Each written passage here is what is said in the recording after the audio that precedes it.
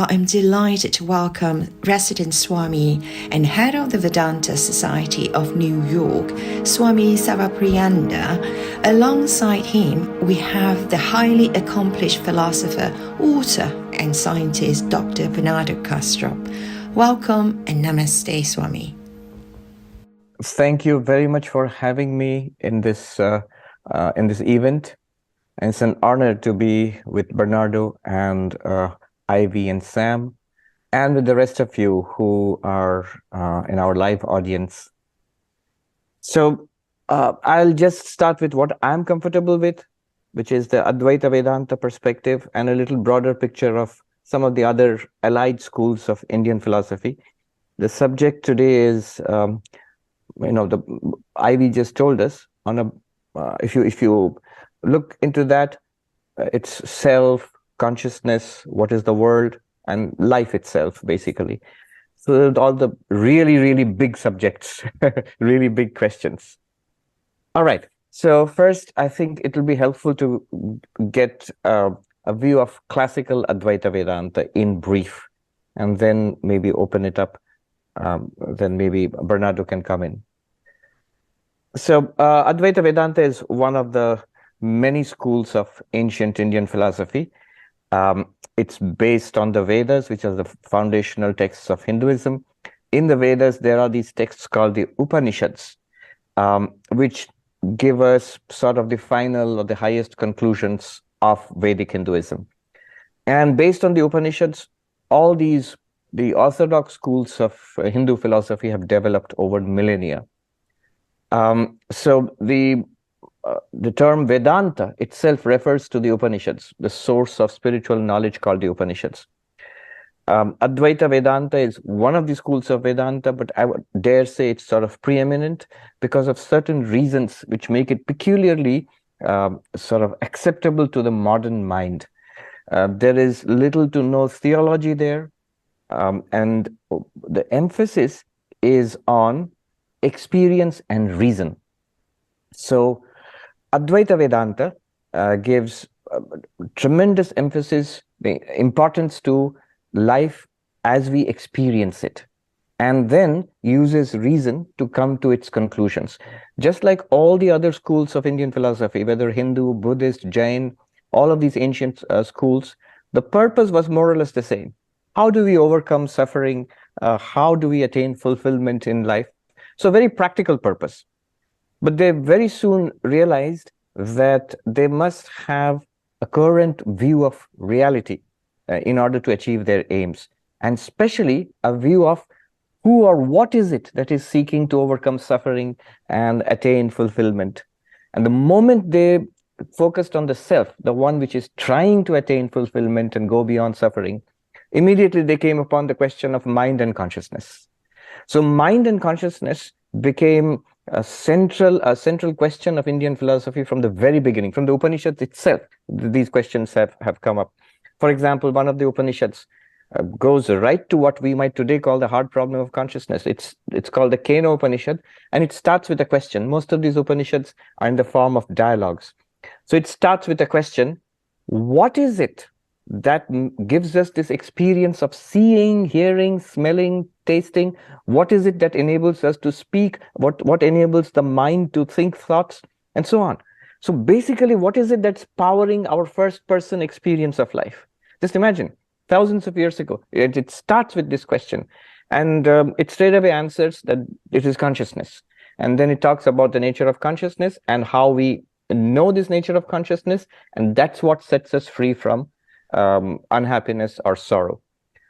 The conclusion of Advaita Vedanta was that we are, in a sense, profoundly mistaken about our own nature.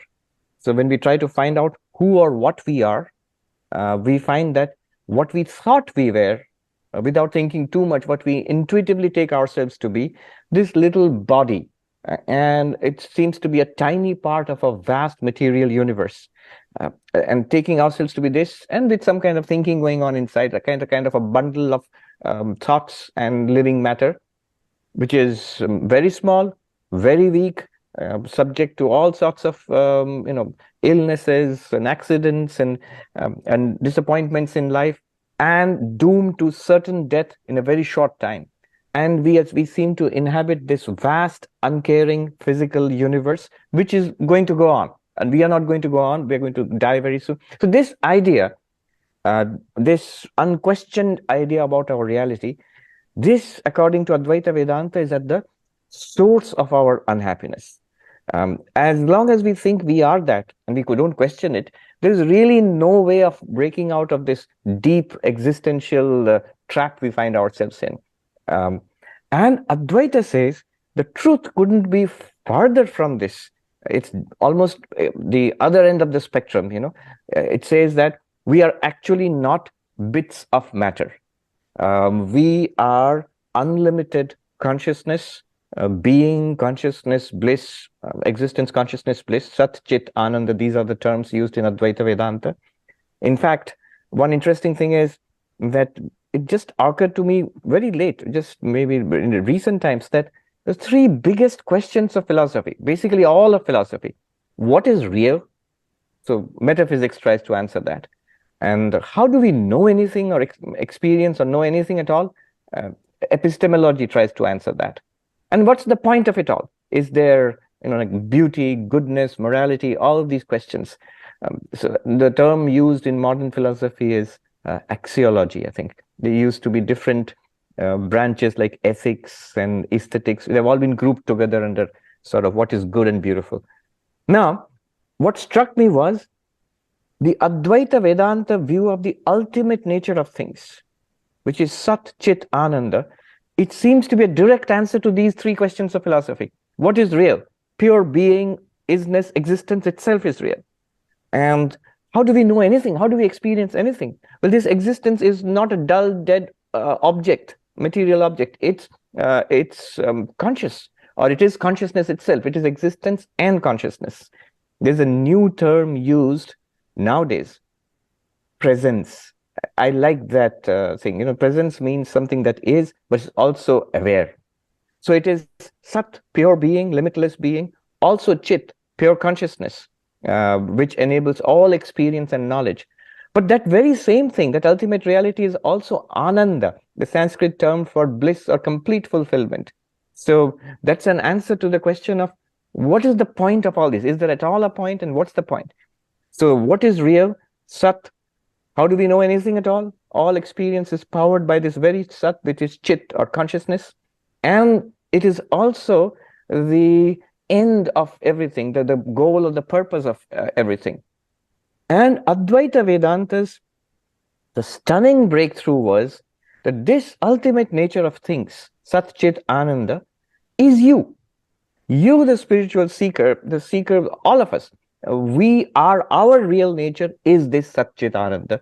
So the great formulation in the Upanishads, Tat Tvam Asi, that you are, that the ultimate nature of things, you, the sentient being, you are that.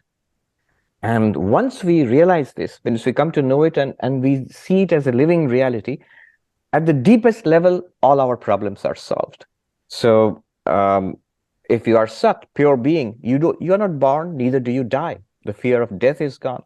If you are Chit, you are limitless awareness, all knowledge, all experience. You are that which powers all of it. Because of that, it all happens. And Ananda, bliss, you don't have to seek for fulfillment from little bits of matter and energy floating out there. Rather, you are the point of it all. You meaning that ultimate reality. So this was the grand conclusion of Advaita Vedanta.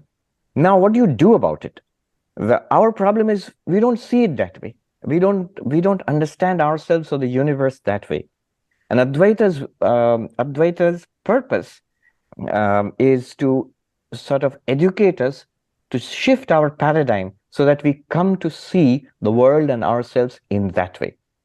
And for this, they give methods. And the Advaitic methods are basically sheer philosophy.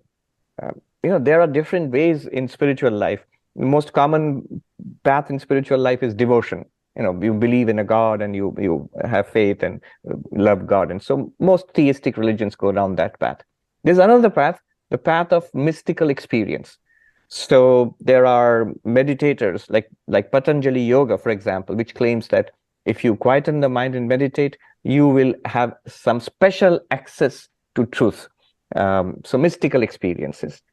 Both mystical experiences and the path of belief in God are for pretty valid reasons. They can be easily criticized. They're very difficult to defend if you're not already a believer, if you are in the path of devotion and theistic belief in God, you'll have to face Sam Harris and Christopher Hitchens and Daniel Dennett and Richard Dawkins. If you are in the path of mystical experience, any number of neuroscientists can tell you that you may think those things, but either you have a clot or a tumor in your brain, or you are high on psychedelics. It doesn't mean that you are accessing reality. It's just your experience. It could be a personal experience. And that's always been the problem with mystical experience. Though I personally believe mystical experience is genuine and gives us a genuine insight into reality and helpful insight. But all throughout history, it is undeniable. Mystics, even in very religious times, mystics have often been dismissed as crazy people because it's not shared. We don't share it's not a commonly shared understanding or experience. In contrast to mystical experience, in contrast to belief in God, here is the Advaitic approach, which is entirely philosophical, based on reason, and based, most importantly, on our common shared experience. Advaita does not demand of you any kind of belief. It does not demand of you any kind of extraordinary mystical experience. It just demands of you that you're conscious. And then look at the structure of our conscious experience, a subject and an object. And then that's all Advaita needs to begin. And so there are these procedures. I won't go into the procedures. If we are interested, we can take it up, one or two examples later. I'll just enumerate some of them. There is the procedure of subject and object. And so what Advaita does is extraordinarily elegant there. Whatever you experience is an object. That which experiences is a subject. Remember, this is procedure. It's just beginning. It's not the conclusion. So in the beginning, we make a division between the subject and object. We take it seriously and we investigate. And the subject is seen to be consciousness. What is consciousness? A negative definition of consciousness is that to which objects appear. And what is an object? Object is anything that is experienced. Philosopher Arindam Chakravarti, he gave a very nice definition of an object. An object is anything that objects to my consciousness. Think of consciousness as this field, and it runs up against something which you experience. So it's like something is objecting to your consciousness. So you sight, sound, smell, taste, touch, even thought. Now, when we make this division that whatever you experience is an object, very soon we begin to see that the things we experience in the world out there, they are objects. Nobody denies that. But then our body is an object too. We can see our body, touch, smell, taste our body. We can investigate it with any kind of medical instruments and all of that.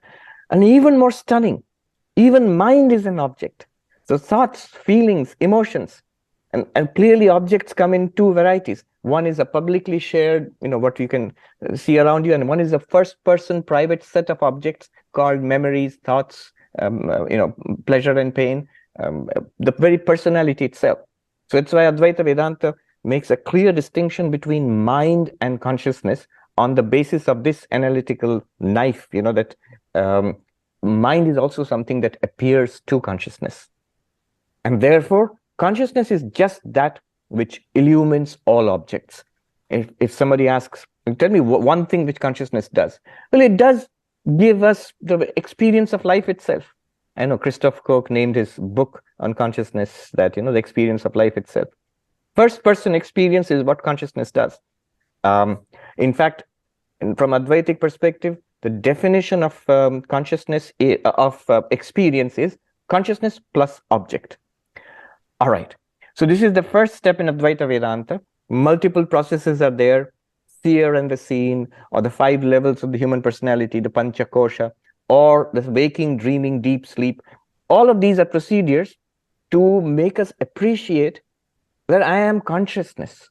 I am not a bundle of flesh and thought, but I am consciousness to which appears this entire universe. Now, this is just the first step in Advaita. The second and the last step will be, we ask ourselves this question, yes, I am consciousness to which the whole universe is appearing. Now, the subtle question is, what are these objects which appear to us? Are they distinct? Are they exterior to consciousness? Or are they in some sense interior to consciousness? Now, like, for example, we think that this world is outside me, which would be true if you see it from the perspective of the body. But both the world and the body are experienced in thought, and thoughts are also experienced in consciousness. So when you pursue this line of thought, then the initial distinction which we made to appreciate ourselves as beings of pure consciousness, we begin to see when not only consciousness, but whatever consciousness is aware of, the entire external universe, the entire internal universe of thoughts and emotions and all of that is also not distinct from consciousness. Let me repeat that. It's a very subtle understanding that, yes, it's true that consciousness is distinct from everything that it experiences and illumines, but that which is experiences and illumines is not actually distinct from consciousness, because it's just an abstraction to say that something exists outside consciousness. One more subtle point I'll make here, and then I'll just wrap up. Advaita, by making a distinction between consciousness and mind, makes a distinction between consciousness and knowledge. See, the immediate objection, many objections are there, we can take it up, but immediate objection would be, no, everything is not in consciousness. There are so many things that you don't know, and they exist pretty well without, you, the conscious being. The thing is, everything exists in consciousness either as a tiny slice of what we know, or the rest of it as unknown. The universe appears to consciousness as little bits of knowing and vast seas of the unknown. A good example is our dreams. We don't doubt that whatever we dreamt and whatever was in the world of dreams was dreamt up by this dreaming mind. But phenomenologically, in the dream, just think how it feels. It feels like I know a little bit, I'm in part of a vast world, many things are going on all around me, and I know a little bit which I'm seeing, hearing, and all of that. So the entire world of dreams falls into two parts, which the person in the dream a little bit, which that person knows, and the rest of it is unknown. But when we wake up, all of that was in the dreaming mind. Similarly, Advaita says the entire universe is an object, known and unknown, appearing in consciousness, not distinct from consciousness, not constituting a countable second to consciousness. So it's not actually a second entity apart from consciousness, just as waves are not a countable second apart from water. I mean, you can't count 10,000 waves and water. The moment you say water, all those 10,000 waves are nothing but water. Similarly, all the universe, known and unknown, is nothing but consciousness appearing to itself as its own objects, and therefore not two, non-dual, Advaita. And then and the rest of it can be worked out.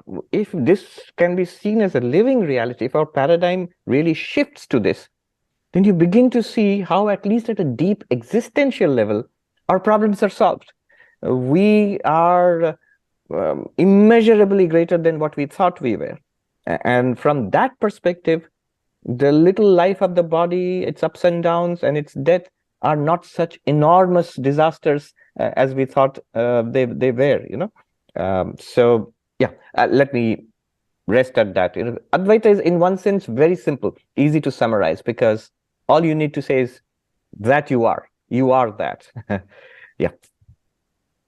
So this is the classical view, but we need to engage with modern philosophy of mind and science and other schools of thought. I could sit here and listen to you all day.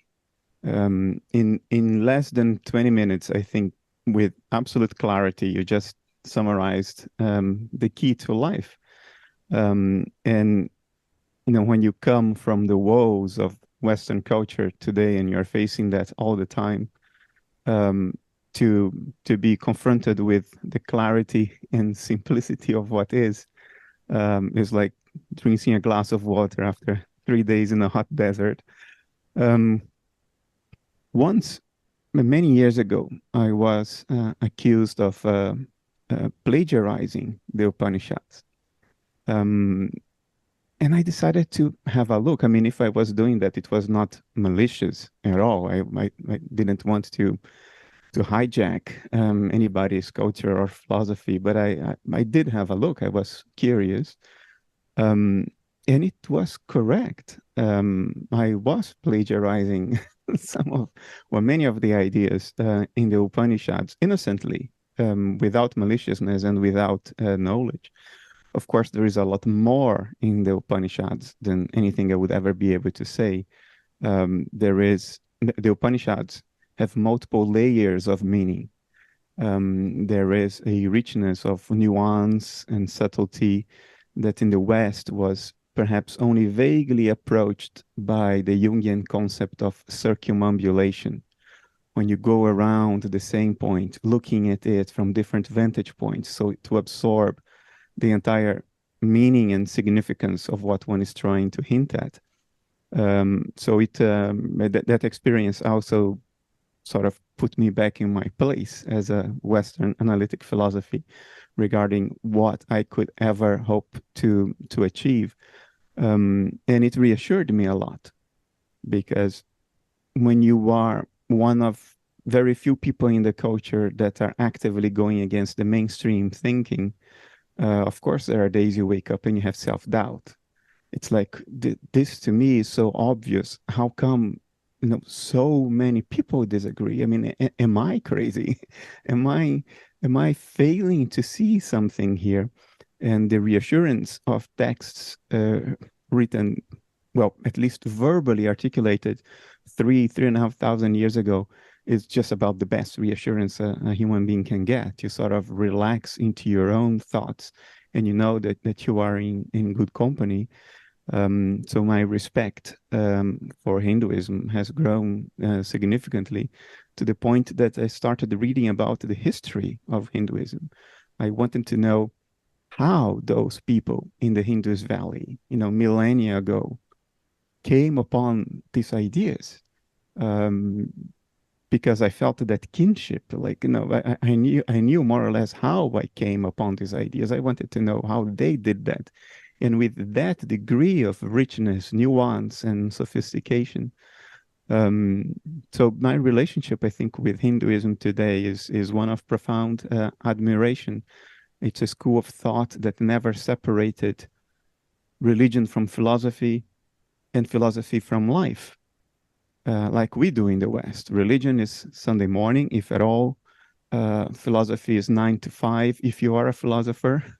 And the rest of the time, it's life. And life isn't religion and isn't philosophy.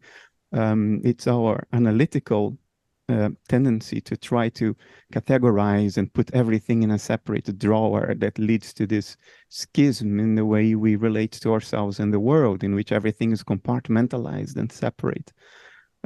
So that informed me quite a bit, and for this reason, I'm delighted to listen to you today, Swamiji. If someone would have told me 10 years ago that I would be here today with you, I would first not have believed, and if I would have believed, my mind would have blown.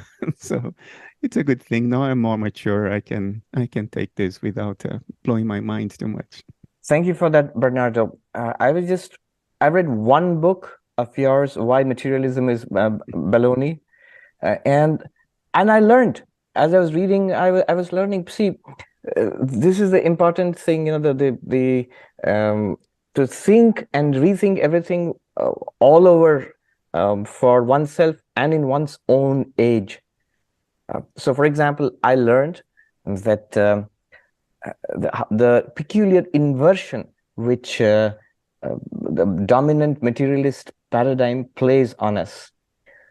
So if you talk about spirituality, if you talk about consciousness only, or some form of idealism, you are already at a disadvantage, because it seems you are saying something strange and the burden of proof is upon you.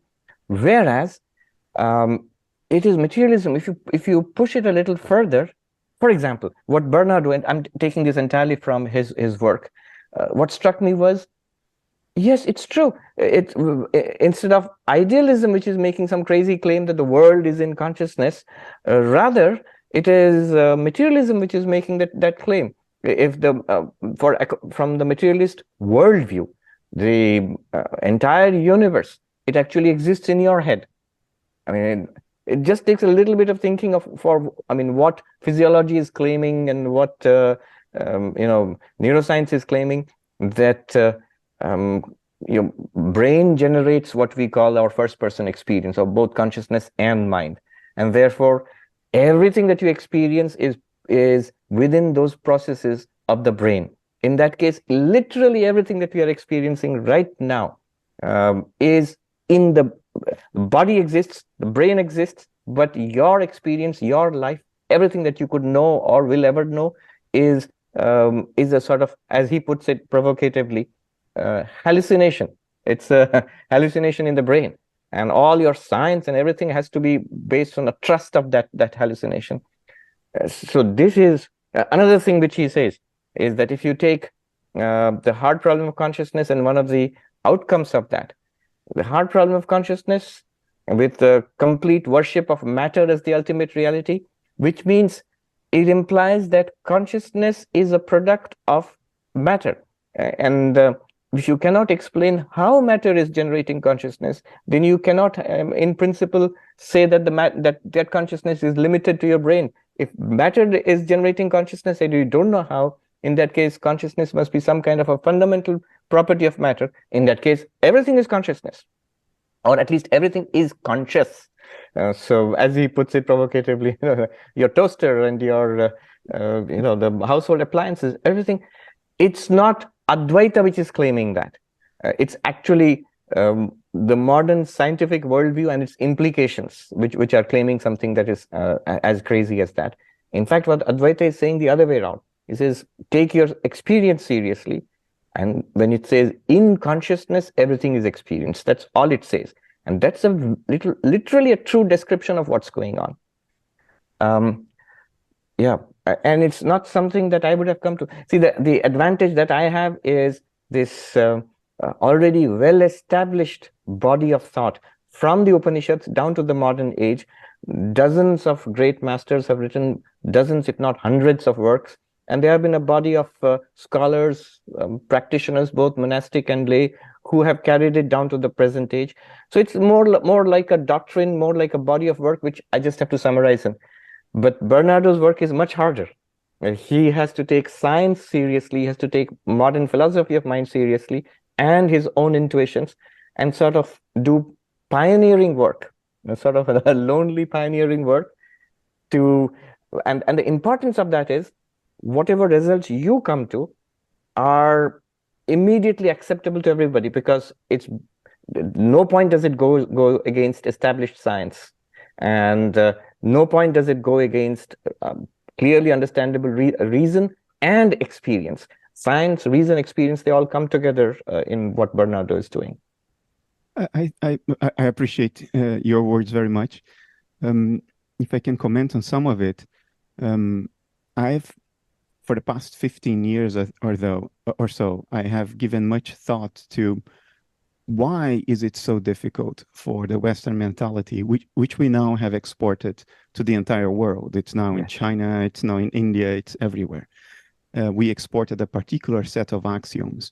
Why is it so difficult for the Western mind to see what is so simple and so clear, such as that the world is in consciousness, everything is happening in consciousness, even what you think of as you is happening in consciousness? Why is it so difficult? And over time, I think I uncovered some understanding of why the Western mind has difficulty with it. And I think one of the fundamental unexamined assumptions that we make is a form of dualism, even when we are promoting a monist metaphysics, such as physicalism, which is supposed to be monist. There is only the physical. To give you some examples, I have been confronted with the following argument against idealism. Bernardo, if I take a needle and I stick it in your arm, that physical event, a needle going into your arm, will cause a mental effect, which is the feeling of pain, which in turn will make you withdraw your arm. So there is obviously an arrow of causation that starts from physical events and go into mental events. If you drink a glass of whiskey, something will change in your conscious inner life. So the arrow of causation comes from physical events to mental events. Therefore, mental events are secondary and physical events are primary. Of course, the misunderstanding here is that it is a form of dualism. It is this distinction between physical events and mental events. And neither physicalism, when understood correctly, nor idealism, when understood correctly, makes these distinctions.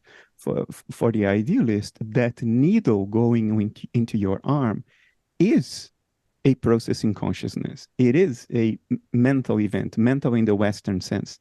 It is a mental event that just appears to your observation as a needle going into your arm, but it isn't physical. The physicality of it is an appearance. It's a cognitive representation on the screen of perception. The event itself is a mental event, which then causes another mental event, the feeling of pain. But it's very difficult for the Western mind to sort of re-examine its deepest assumptions and realize that a lot of things we take for granted about what's going on, those very things are what is being questioned and what need to be questioned for us to get to some form of sanity. And there are many other examples of this that I see all around me, like even one of the names you cited, Sam Harris. He was in a podcast, I think last year or the year before, and he was asked by Lex Friedman about idealism. And he gave a dismissive reply based on the notion that it's absurd to think that the entire universe is in your mind. Well, it is absurd, but that's not what idealism says. Idealism is not saying that the entire universe is in your personal mind, corresponding to that entity in consciousness called a body. What idealism says is that the world is a mental process. So a mental in the Western sense, in the West, mind and consciousness, they both arise from the Greek psyche, which also means so we don't have introspective, we haven't had historically enough introspective sophistication to come up with different words for the different aspects of what we are talking about. So forgive my coarse language. I use the word mental in the Western sense, meaning conscious process as well. So the world is mental in that sense. It's a process in consciousness, but not in your ego alone, not in your individual mind alone. There is a transpersonal form of consciousness that, in fact, you are that. You don't think you are that, but the thing you think you are is a segment of that transpersonal form of consciousness. Therefore, the world is really out there from the ego's perspective. It's not under the control of the ego's whims and fantasies. It's really external in that sense, but it is nonetheless still mental. Just like the thoughts of another person are external to your personal mind, but they are still mental, and you can't control them, but they are still mental. So these subtle, simple understandings is what catches the Western mind, because it doesn't investigate what it doesn't know it's doing. If it doesn't know it's making these a priori assumptions, it can't investigate them. It can't critically examine them.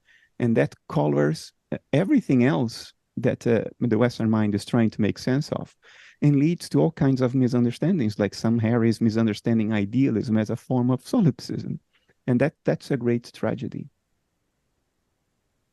And let me just interject here that what you are advocating, the form of idealism, kind of refined and well-examined idealism, at no point contradicts science. And scientific world, materialistic reductionist worldview is one thing, but the beauty of it is it's not anti-scientific. Every scientific discovery and process and technology would be as valid and as effective in your worldview, and it would also have the advantage of explaining or integrating consciousness and mind. And, isn't that true? That's absolutely true. I mean, if somebody comes up with a metaphysics that says, if you drop an object, it will fall up and not down, then one's metaphysics is simply wrong. And I mean, I have many shortcomings, but I'm not that stupid to propose something that contradicts true observation. The problem is that many of us conflate axiomatic assumptions for empirical observations. For instance, we think that the existence of a strictly physical world outside mind is an empirical observation. It's not. Whatever you observe, it's an experience on the screen of perception, and it's not separate from mind. It's your account of that experience that leads to the abstraction of a world outside mind. That's not an empirical observation, but we mix it up. We think, for instance, that materialism underlies science, and it's an integral part of the scientific method. It's not. Science studies nature's behavior, not what nature is. When you set up an experiment, nature responds in the form of a behavior. Nature does something in response to your experimental conditions. And that's what science tries to model and predict. Science tries to predict what nature would do next. It doesn't make statements about what the nature is. Whenever there is a statement in science about what nature is, it's a convenient fiction. For instance, Newton said, there is this invisible force of gravity that attracts the moon and the earth and locks them, one in the orbit of another. That's a convenient fiction. It means nature behaves as if there were such a force. But then 300 years later, Einstein came around, and that convenient fiction was no longer convenient. There is no such invisible force. There is something else. There is the invisible fabric of space-time that bends and twists, and that's why the moon orbits the earth. But that still is a convenient fiction, because now with loop quantum gravity, there is no such a thing as fundamental time. Time is now derivative. It's epiphenomenal. It's not in the fabric of nature itself. So convenient fictions change over time. They give us a way to think about our predictive models, but they are not metaphysical statements. So science doesn't change at all because our metaphysical understanding of what is has evolved. But people, it's hard for people to see this. Right. These two things, that the known and the unknown are both in consciousness, and subject and object are also both in consciousness. So it's not an individual subject which dreams up the entire objective universe. Our senior-most member here, Bill Conrad, he's 98. He's a veteran of the Second World War. He used to fly bombers on the Pacific Theater. He said to me, "No, Swami, you're not right. The world doesn't exist in your consciousness. The world exists, and you come as a conscious being, and you experience it. And I can prove it to you." So he says, "Let's put a camera in this room and switch it on. And then both you and I, we can leave this room, and then we come back in. And I assure you, when you look at the pictures in the camera, you will see an empty room without any conscious beings. So that proves that the room exists without your consciousness or my consciousness." And I said to him, "Bill, in your consciousness, in your awareness, you thought about this experiment. In your awareness, in awareness itself, we put up this camera. And in your awareness, we left the room. And in your awareness, you came back into the room. And in your awareness, you saw the picture showing an empty room. At which point have you or I stepped outside awareness to experience things?" And of course, there's no answer to this. It's a trick question. It's a trivial question. If experience is consciousness plus object, then there's no possibility of experiencing anything without consciousness. I mean, you can extend this question quite far. People ask, but consciousness is a late product. You know, the universe existed in billions of years, and then life evolved, and then in life, matter evolved into living brains and nervous systems, and it generated an epiphenomenon consciousness, which is a very Johnny-come-lately. How can that be prior to the universe? But all of this a universe existing without consciousness is something that we are talking about in consciousness. This is the thing. The dream example is really used in Advaita-vedanta to explain this. In dreams, we are both the subject and the object, because we imagine a world in our dreams. There are people and places and things happening, but we are also there in our own dreams. We are a person in our own dream. And that person in the dream is not imagining the world of the dreams. In fact, the world of the dream and that person are both appearing in the dreamer's mind. So exactly like that, both nature and the sentient beings experiencing nature are appearances in consciousness. Here, I would just quickly introduce multiple world views and consciousness and self views which are available in Indian philosophy, and maybe get your reaction to that. So Advaita is not the only school. There are others which have talked about it differently. So Sankhya, for example, is a strict dualism. Material entities exist, the material universe exists, and consciousness is also a fundamental reality, and they interact. And the interaction is, for example, here in this body-mind.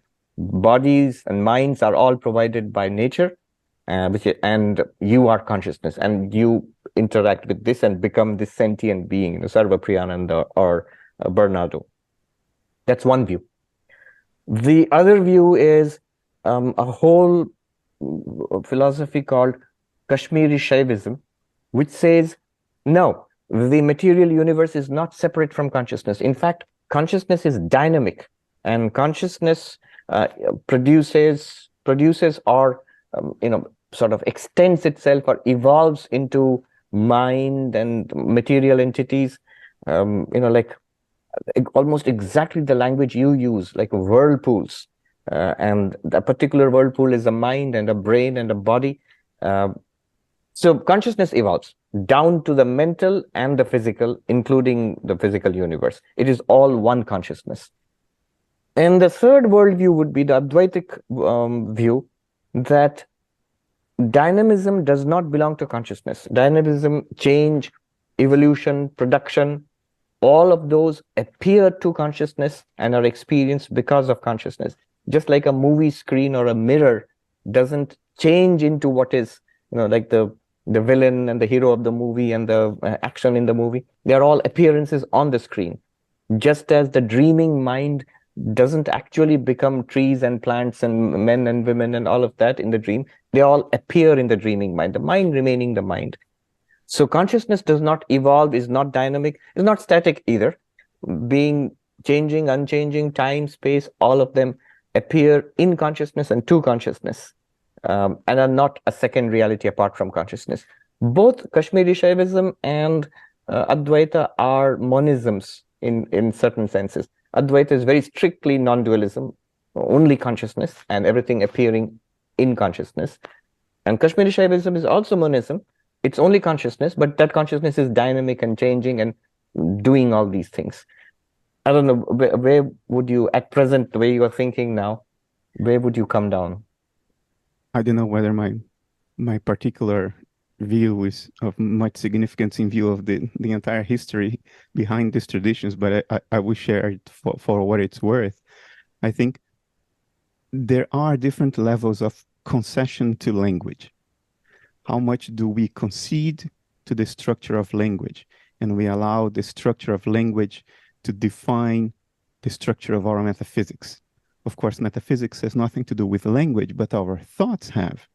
And therefore, when we think about metaphysics, we almost unavoidably impart on our metaphysics the structure of our language, because we think in language. So how far is one willing to concede to that linguistic structure? I think dualism makes a lot of concessions to linguistic structures, because in language you have verb and noun, action and existent. You have subject and object, the experiencer and the thing experienced. You have past and future. So language is filled with these seeming dualisms, which exist experientially. I would argue not metaphysically, but there is something happening in our minds that we can legitimately, more or less legitimately label as past and future, subject and object, noun and verb, and so on. If we concede that, then a form of dualism is acceptable, although not ultimately true. Things happen as if there were a past and a future, a subject and an object. If somebody shoots the wall behind me, I don't feel it. If somebody shoots me, I do feel it. But these dualisms do not necessarily need to be fundamental. And what we are looking for is what exists fundamentally in nature and what is epiphenomenal, what is caused, what is reducible, what is explainable in terms of the fundamentals. And dualism, I think, ultimately can be explained in terms of fundamental things that are non-dual. So if you're not willing to make that much concession to language, then you go back to, okay, everything is then consciousness, but stuff is happening. So I gave up the dualism of subject and object, but I don't give up the dualism of past and future, because if I talk about evolution, evolution means a change of states in time. So I'm granting that part of linguistic structure. When I talk about consciousness evolving, I'm granting time. I'm also granting some distinction between verb and noun. Because now I say there is only one noun, it's consciousness, and everything else is verb. Everything else are unfolding events, doings of consciousness, verbs, actions. And that for most people today, I think is the minimum degree of concession that one has to make, because otherwise it becomes too uncomfortable for people to ask them to not think in terms of time and a distinction between things and events and actions. It's very hard. But if you ask my personal opinion is absolute non-dualism. There is no time, therefore nothing actually evolves. If you think carefully about it, the past is a memory experienced now. The future is an expectation experienced now. They are never anything other than that. Therefore, they exist in the now. But the now is infinitely short. If you want to pin it down by saying now, by the time my lips begin to move, it's already gone. It's in the past.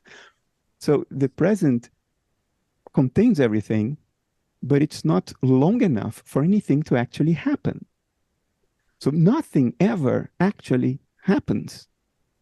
And that is the great universal magic in which everything comes out of absolutely nothing. And I think it's true. That's the magic of existence. Nothing ever happens. Nothing ever happened. Nothing will ever happen. There is nothing. But in that nothing, there is everything.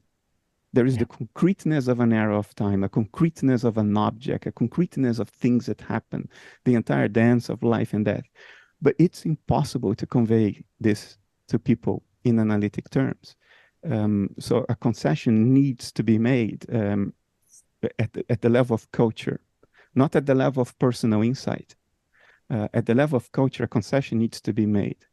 So I'm willing in my work to make the concession that there is such a thing as evolution.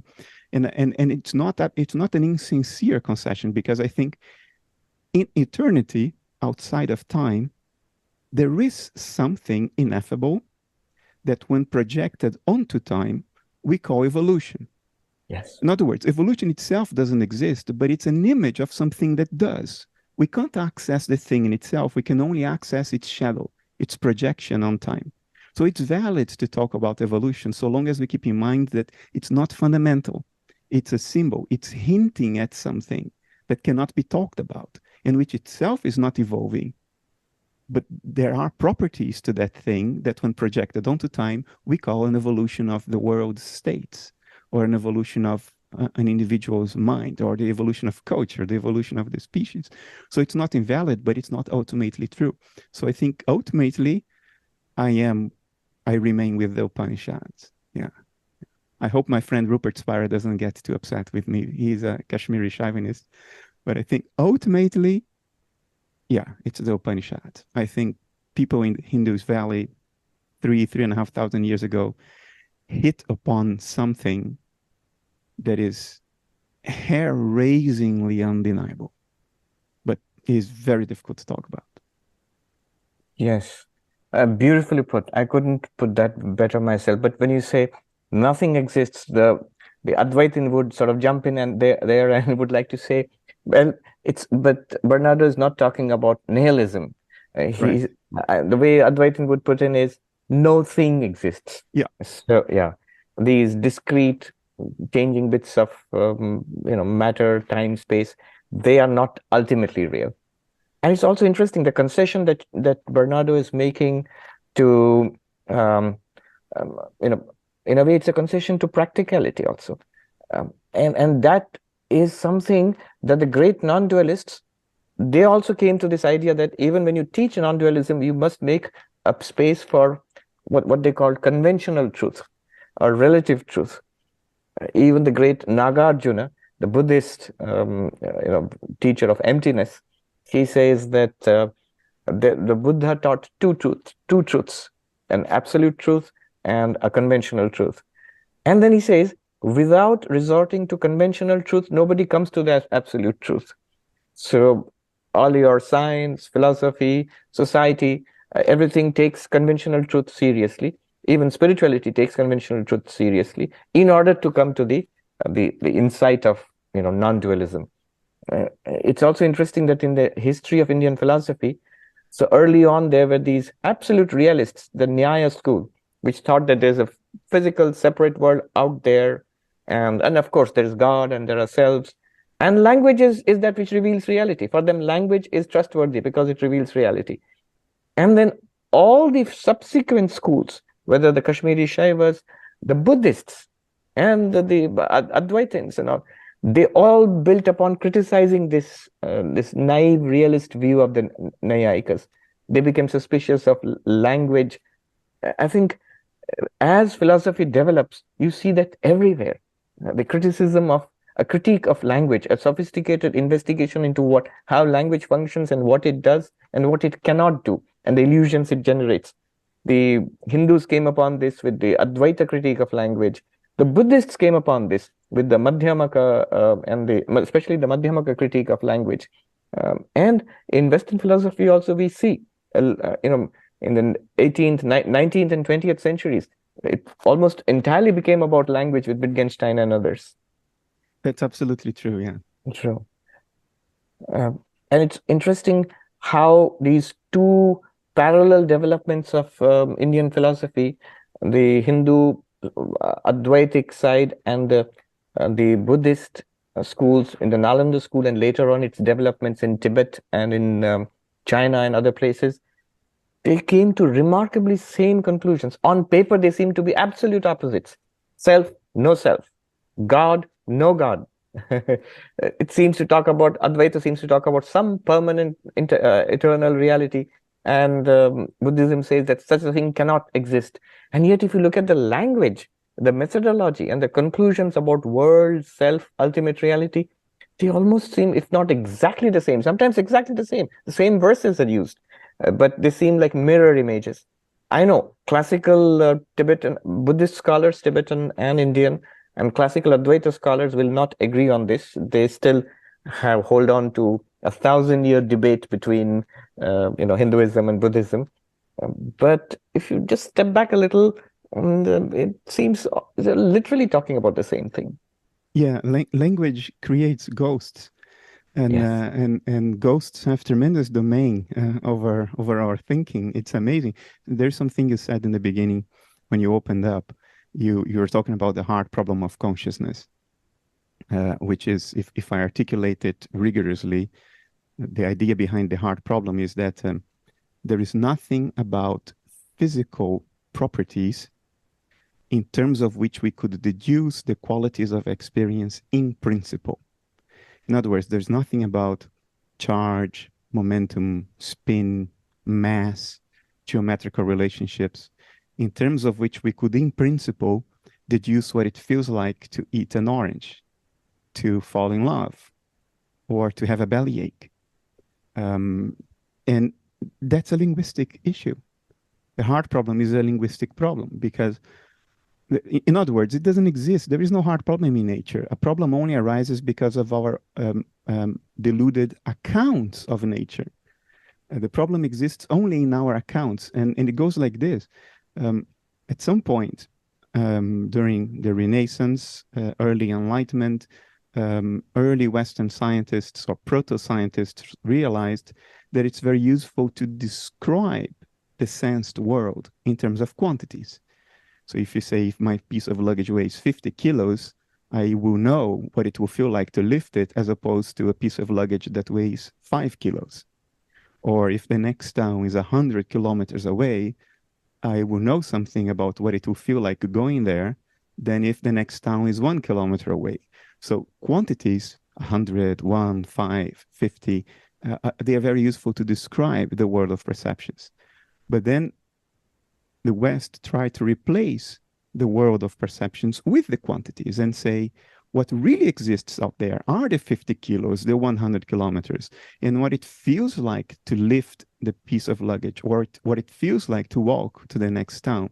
These are epiphenomenal. This is something your brain constructs inside your head. It's not out there. What is out there are the numbers, not the qualities. The qualities are made up inside your head. And then we get confused when we cannot, in principle, deduce the qualities from the numbers. Now, why is that? It's a linguistic problem because the numbers only have meaning in the context of the things they describe. The difference between 5 and 50 kilos only has meaning given the feeling of lifting the piece of luggage. The difference between 100 or 1 kilometer only has meaning given the experience of walking to the next town. But if you say the numbers precede the experience, in other words, the numbers have to exist prior to the thing the numbers describe, then the semantic reference that gives the numbers their meaning disappears. And now you have numbers floating in a vacuum. They mean nothing. And if they mean nothing, of course, we cannot deduce anything from them. Ergo, the hard problem. It's so silly. You know, we come up with stuff that only has meaning in a context. Then we remove this stuff from their semantic context. And we get surprised that they don't have meaning, that we can't deduce anything from them. It's just language. I mean, one day people will look back at our dilemma today and they will laugh and they will think, how did these idiots come to this nonsense? How could they believe? How could they be so confused? I think I never thought of it that way. What you did was actually more rigorous and more precise pointing out of the problem. I saw sort of a simpler description of this. The philosopher Galen Strawson, he wrote this article, The Hard Problem of Matter, sort of half serious, half cheeky in the New York Times. And there he said that, you know, the hard problem exists only because we have made up our minds everything is matter. And now we can't imagine how the matter in the brain generates consciousness, ergo the hard problem. Yeah. So he says really the real hard problem is what is matter, because matter appears to consciousness, and then when you investigate what matter is, it vanishes. It's continuously vanishing before our very eyes. But what you did was, it's a more precise philosophical analysis of it. Yeah. I'm forced into this, into being very explicit and precise. Otherwise, my colleagues just say that, oh, okay, Bernardo is an idiot. So I have to come up with this stuff. But what did I want to say? We confuse empirical experience with abstraction. We think abstraction is an empirical given. And for instance, when it comes to the word matter that you just used, there are two things that we mean by that word. One is colloquial matter. For instance, my bottle here is made of matter. I use the word matter to refer to the particular concrete experience of holding and seeing this metal bottle. So there is colloquial matter, meaning the contents of the screen of perception, which of course are mental. Perceptions are mental is mental stuff. I mean, consciousness stuff. But we colloquially apply the word matter to it. Now, in that use, matter is undeniable. Denying colloquial matter is denying perceptual experience. Nobody's going to do that. Nobody sane is going to do that. But then we use the word matter in the strict philosophical sense, meaning matter is that which exists behind and beyond experience, and which somehow gives rise to and modulates experience.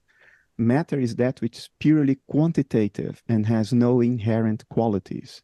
Now you have a philosophical definition of matter, and you can deny that. You can say this abstraction is unnecessary and it's false. We can account for nature without this abstraction. The problem is when somebody like me comes up and says, I deny matter defined in the rigorous way, people think, oh, Bernardo, you're an idiot. How can you deny the metal bottle? Well, that's matter in the colloquial sense. We are talking about something else, but people conflate everything. And they think that the denial of philosophical matter is the denial of perceptual experience, which it's not. Confusion reigns. I think and again, language and conventional usage. That's why in all the non-dualisms, like Madhyamaka Buddhism and Tibetan Buddhism and Advaita-vedanta, they always have these two levels of conventional truth and absolute truth. And all matter of usage and practice is at the level of conventions. And there you accept it. The Sanskrit etymology might be interesting here. Matter in Sanskrit and most Indian languages, the word is jada. Jada means that which appears to consciousness. So that which consciousness experiences is matter. You can't leave consciousness out of the definition of matter. Yeah, of course. Yeah. May I ask you a couple of questions? Yes, please do. Which may not have much to do with the discussion we already had, but since I'm here with you, I can't help but want to use the opportunity. In your intro, you talked about bliss. So in the sense that, okay, there is something that exists, it is consciousness, and it entails bliss. My question is, because this resonates with the Christian problem of evil, is the fundamental nature of reality or the Godhead fundamentally and inherently good, or does it also have what we would call bad properties or evil properties? So my question is, under Advaita-vedanta, is this bliss just a relative experience once we see through the delusions that make us suffer in life? In other words, if I am deluded that I am this small little thing condemned to death, whose life has no meaning, whatever happens or doesn't happen, if that's what I believe in life, then I'm causing suffering to myself. And if I get rid of the source of that delusion, then I will come to a state that, relative to the state I was in before, it is blissful. So relative to the suffering of life, it's blissful. Or is that state inherently blissful in an absolute way? I'll say it's neither. The idea of bliss in Advaita Vedanta, let's put it this way. When the formulation is Sat, Chit, Ananda, Sat being pure existence, Chit, pure consciousness, Ananda, pure bliss. Now, analogously, when you say Sat or pure being, you don't mean existing things. So you mean existence itself. Just as when you say a necklace or a bracelet, you don't mean gold. But the gold can be experienced as a necklace or a bracelet or a ring, but need not be. There's nothing in the gold which suggests a necklace or a bracelet. Gold is just gold. Similarly, being, a pure being, is just being. And existing things, however, depend upon pure being, because they borrow their existence from pure being. So being itself is not an existing thing. Similarly, pure consciousness is not conscious experiences. So pure consciousness does not mean seeing, hearing, smelling, tasting, touching. However, the reverse is not true. There can be no seeing, hearing, smelling, tasting, touching without that pure consciousness. Similarly, Bliss, Ananda, is not a particular feeling of being happy or, it's all nice and pleasant, but all feelings of fulfillment, happiness, bliss, the entire range of it depends upon this Ananda. So it's a difference between seeing your face in the mirror and the real face. Now, the face in the mirror has the advantage of actually being perceivable, an experienced object, but it has the disadvantage of not being real. That's not the ultimate reality. Ultimate reality is here, but it doesn't appear.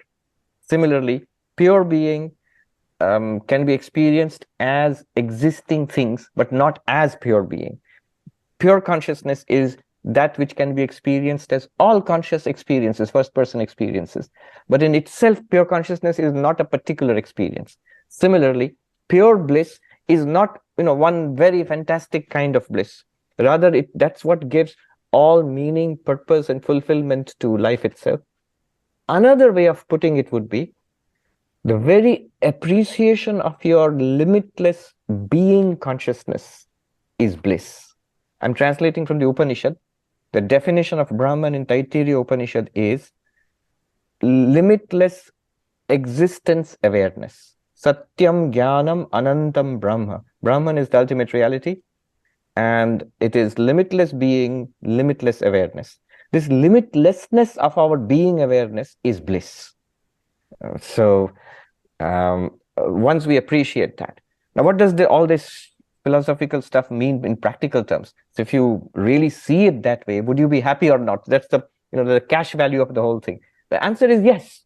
If you look at the lives of enlightened people, they were in a sense of actually felt happiness. They were very happy people because, as the Upanishads put it, as Vedanta puts it, you have the sense of having done what was to be done in life, having known what was to be known in life, and having gotten what was to be gotten in life. The whole purpose, the point of it comes to a culmination when you realize this limitless, your own limitless nature. Why would you not be happy? Even in the sense of felt happiness, felt fulfillment. And that felt happiness and fulfillment would no longer be dependent on circumstances. I, this little being, I'm going to be happy if things around me are nice and people around me are nice. No, not like that anymore. Irrespective of whatever circumstances, you see the same limitless existence everywhere and in every experience, and therefore you are happy, even in a felt sense, even in the sense of in the way we use happiness. That also would be there. Can there be a state of consciousness that does not entail any experience, any quality? Because some meditators say, well, there is a state that I think Buddhists call the void. Yes. Which would mean being in a state of consciousness in which there are no experiences. But at the same time, they come back and report on it. So they experienced something that they are calling the void. Yes. How do you make sense of it? In Advaita, first we will say that there are no states of consciousness. Whatever appears to consciousness in consciousness, those are states. So states of the world which we experience, states of our inner world like waking, dreaming, deep sleep. So Advaita would say these are not states of consciousness, these are states of the mind which appears in consciousness. The mind can be awake, mind can be dreaming, mind can be in deep sleep. So consciousness is one and constant and non-dual. Now, there are states in meditation. So meditation is a condition of the mind, not of consciousness, where the mind is fully awake and yet completely stilled. So it's not breaking out into waves, experiencing sensory inputs. It's not even generating dreams within, but it's not even asleep. It has not withdrawn into a kind of hibernation. So it's alert, very alert, and yet not breaking into waves and experiences. And that state of absorption is called samadhi. And it's a yogic practice. The Advaitin would simply say, it's the same consciousness which illumines that state. The variety of experiences in waking state is illumined and is appearing to and in the same consciousness, as are the internal states of dreams and deep sleep, also the blankness of deep sleep, and yogic trances and absorptions.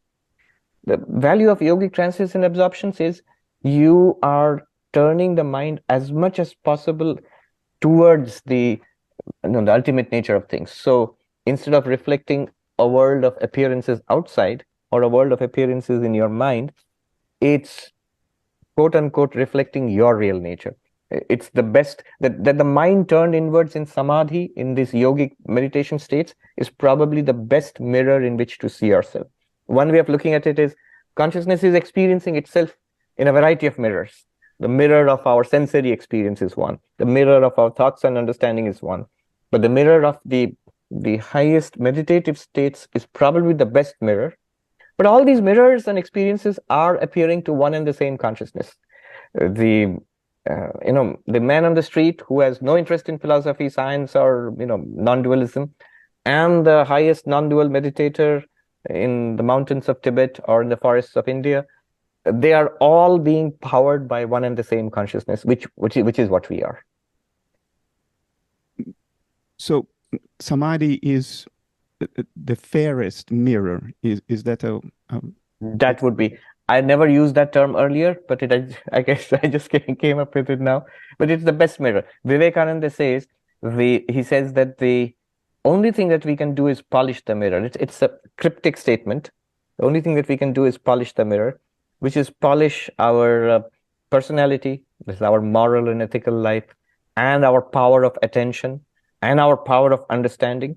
So this moral and ethical life, power of attention, and our understanding, appreciation of what reality is, all come together, and they can give you a glimpse of the best possible glimpse. But even that glimpse is made possible because of that same consciousness.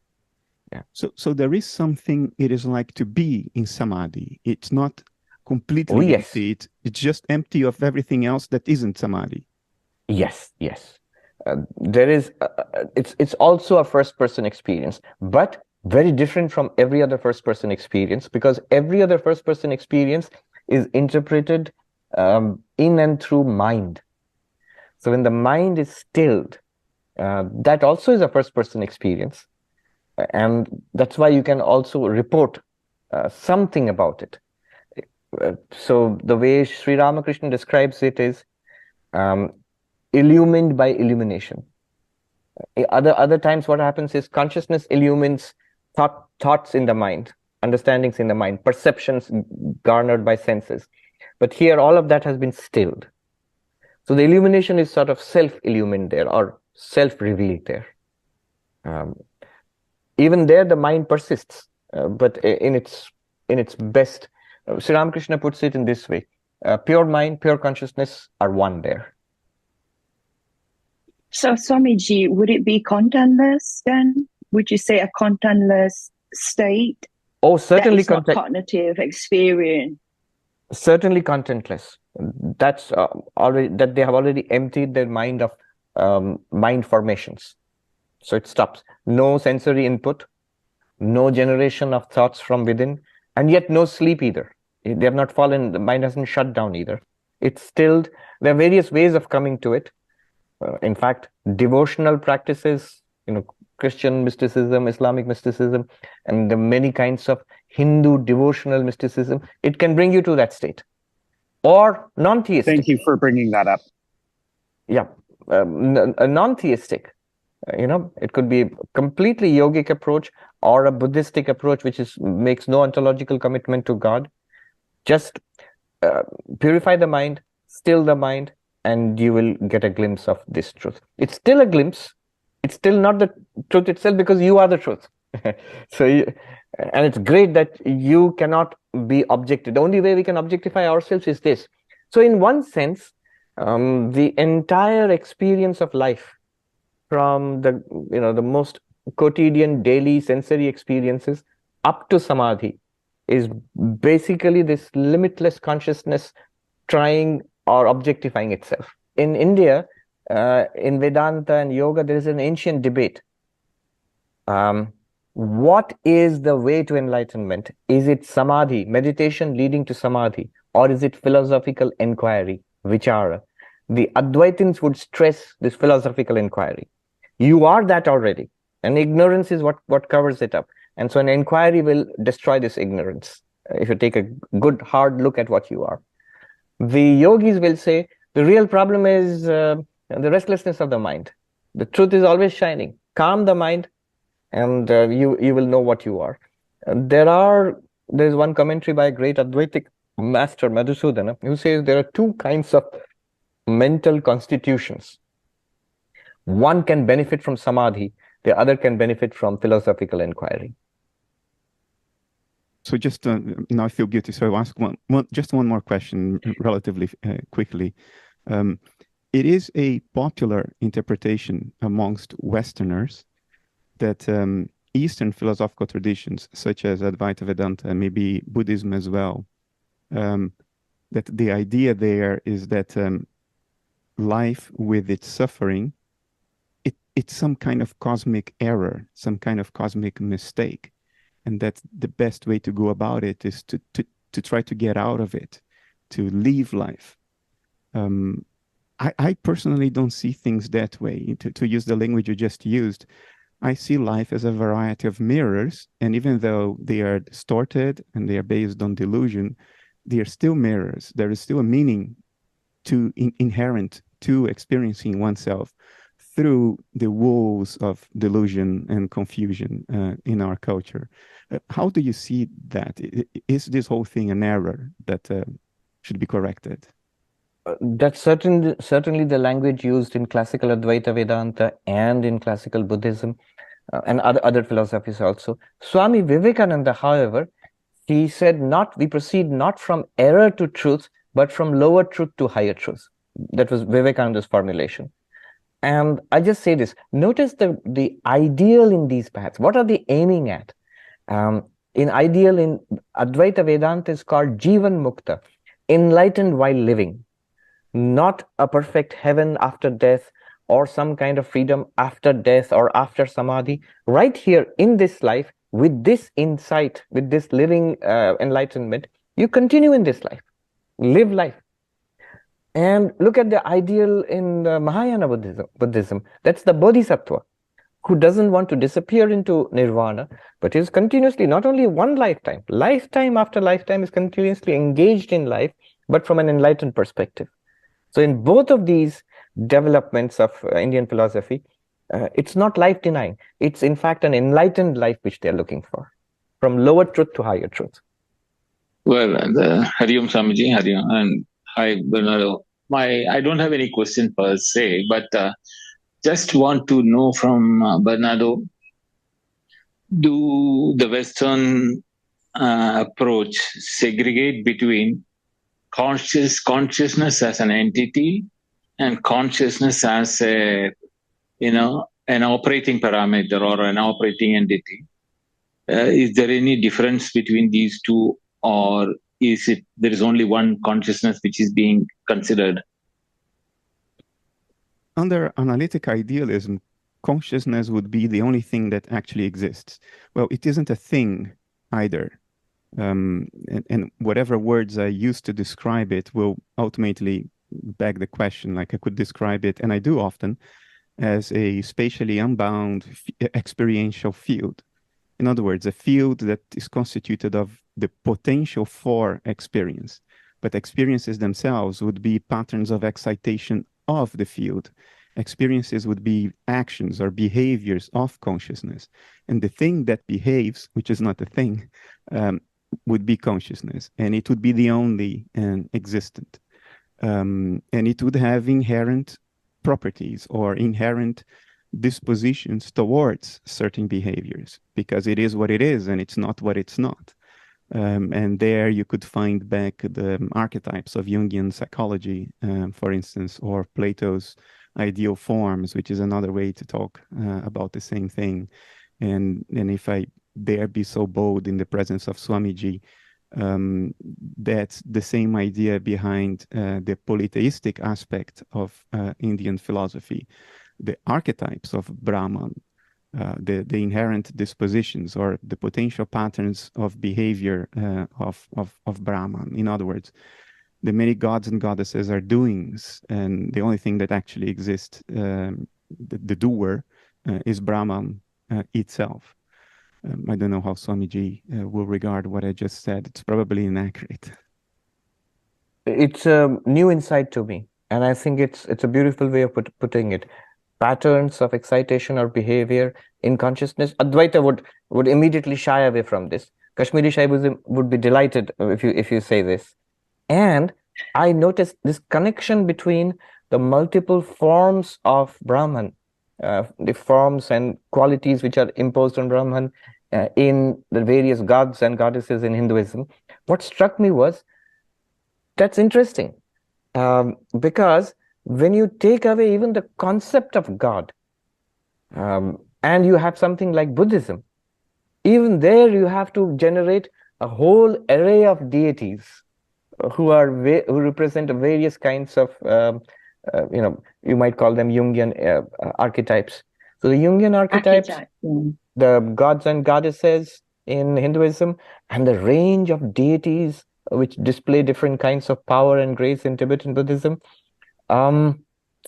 Very interesting connection. And if you want to give it a very neutral description, I can't suggest anything better than what Bernardo just said. These are patterns of excitation in consciousness. Yeah, when I say excitation, I say this knowing to some extent that I'm conceding something to language, because if there is no time, there are no patterns of excitations fundamentally. Correct. But there is something in eternity that when projected onto time can be described as patterns of excitation. So it's in that spirit that I say this, not Absolutely. that I think there is a scaffolding of objective space-time out there and events unfolding. I don't actually think that. But even in Christianity, we have this polytheistic element. I mean, it starts with the Trinity, the Holy Trinity, which also is there in Hinduism. Brahma, Vishnu and Maheshwara. Yeah. And then we have in Catholicism the saints, which is a form of polytheism that you find right back there as well. Now, one clarification to Swamiji. You said samadhi is not sleep. But will it not be contradicting Chandogya, where it says sati sampadya na viduhu sati sampadya mai, where having become one with the existence in the deep sleep, we do not know we have attained that. So samadhi and deep sleep in experiential point of view is identical. But when you said samadhi is not sleep, I was a bit confused. Yes, and samadhi is not sleep, but what you have pointed out is the metaphysics of sleep and samadhi. I was talking about the practice of yogic samadhi. So the practice of yogic samadhi, for example, is not falling asleep. You must not fall asleep. You must be absolutely alert and then empty the mind of its contents, or chitta vritti. The movements of the mind must be stilled. However, what you have said here is from the Chandogya Upanishad, where what they are saying is, notice, we do not know what we have attained in deep sleep. So that's the characteristic of deep sleep. If deep sleep were samadhi, all of us would be enlightened. We would, the moment you go into deep sleep and then you come out of it, you would be enlightened. But that doesn't happen. We do not know what we have attained in deep sleep, but we have attained to our real nature. And that goes very deep into the causal nature. See, Advaita-vedanta talks about a physical nature, which is sthula or physical, this waking world, a subtle nature, which is most prominent in our dreams, and a causal nature, which is most prominent in our deep sleep. Samadhi is sort of parallel to that, where you withdraw from the external world of activity and sensation into the internal world of thought forms, that you also still into what? It can only be that causal state. But if you do it consciously, when you do it awake, then that experience comes where you have, quote unquote, an experience of your real nature as pure consciousness. So yeah, practically from a sadhana perspective, samadhi and sleep are very different. Sleep, you just have to fall asleep or you take a sleeping pill. And samadhi is an arduous process, a difficult process of discipline over a long period of time till you begin to get some glimpses. But metaphysically, they're both pointing to the causal state, karanavastha. Neither actually are pointing to that which is beyond the causal state, which is you, the real you. But that's the closest you can get. Namaskaram to everyone, and Namo Buddhaya, Swamiji and Bernardo. So my observation is that since you guys discussed about the void in Buddhism, which is shunyata, in my opinion, shunyata is inconceivability of things, or nirtsvabhava.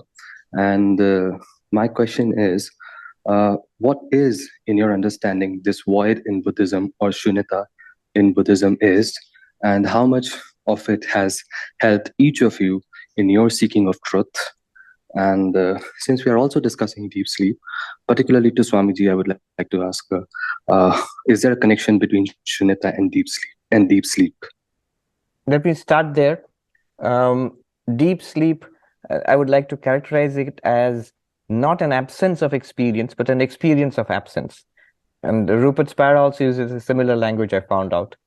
It's the ancient Sanskrit texts, for example, Panchadashi also mentions deep sleep as an experience of absence. So its experience does not stop in deep sleep also. Now, your question about emptiness, it's not a central concept in Advaita-vedanta, but it's a central concept in Buddhism, especially Mahayana Buddhism, and especially the developments in Tibetan Buddhism, in Madhyamaka, and also the Chittamatra mind-only school. I have been fascinated by it, so that's why it played a role, if not in my spiritual development, in my intellectual development, certainly. I've been fascinated by it for about 30 years now, when I first came across Nagarjuna's Mula Madhyamaka Karika. Yes, as you characterized it, shunyata, the classical definition in Buddhism, is niswabhava, emptiness of self-nature. Another definition Nagarjuna gives is what is meant by the interdependence, pratitya samutpada. That is what we mean by emptiness. Again, emptiness of self-nature. I'll just say this. I did a lot of reading, but I'm not an initiated Buddhist, nor have I done the actual practices that, for example, a Tibetan Buddhist would go through, the tantric practices. I did a lot of academic reading, let's just say. And I still was not very confident that I have understood, I've got clarity about shunyata. But recently, a book was brought to my notice by Jackson Peterson, who is a Tibetan Buddhist teacher in US and other countries. It's a small book. It's called Progressive Stages of Meditation on Emptiness. Progressive Stages of Meditation on Emptiness. It's written by Sultrim Gyatso Rinpoche, a Tibetan master, a contemporary. Short book. What it does is, it takes up the concept of emptiness in 5 stages. The Theravada, or the Shravaka concept of emptiness, and the related practices and its benefits. Second, the mind-only, the Mahayana Chittamatra school, the mind-only school, its concept of emptiness and the meditation and benefits. Then the Madhyamaka school, the middle path school, with 2 varieties, the Swatantrika and the Prasangika variety. The Prasangika variety, which is the dominant form, which is basically what His Holiness Dalai Lama, the Gelug school, all of them. In fact, all the Tibetan schools would claim that we are Prasangika Madhyamaka. Concept of emptiness there, and related meditation and its benefits. And finally, he brings in the Shentong school, which is a little known school. It was sort of suppressed in the history of the development of Tibetan Buddhism. And the Gelug school with the Prasangika Madhyamaka. Prasangika Madhyamaka is the philosophy, and the practitioners were the other schools of Tibetan Buddhism, especially the Gelug school, which is led by His Holiness the Dalai Lama. And its leader is traditionally the leader of all the Tibetan Buddhists.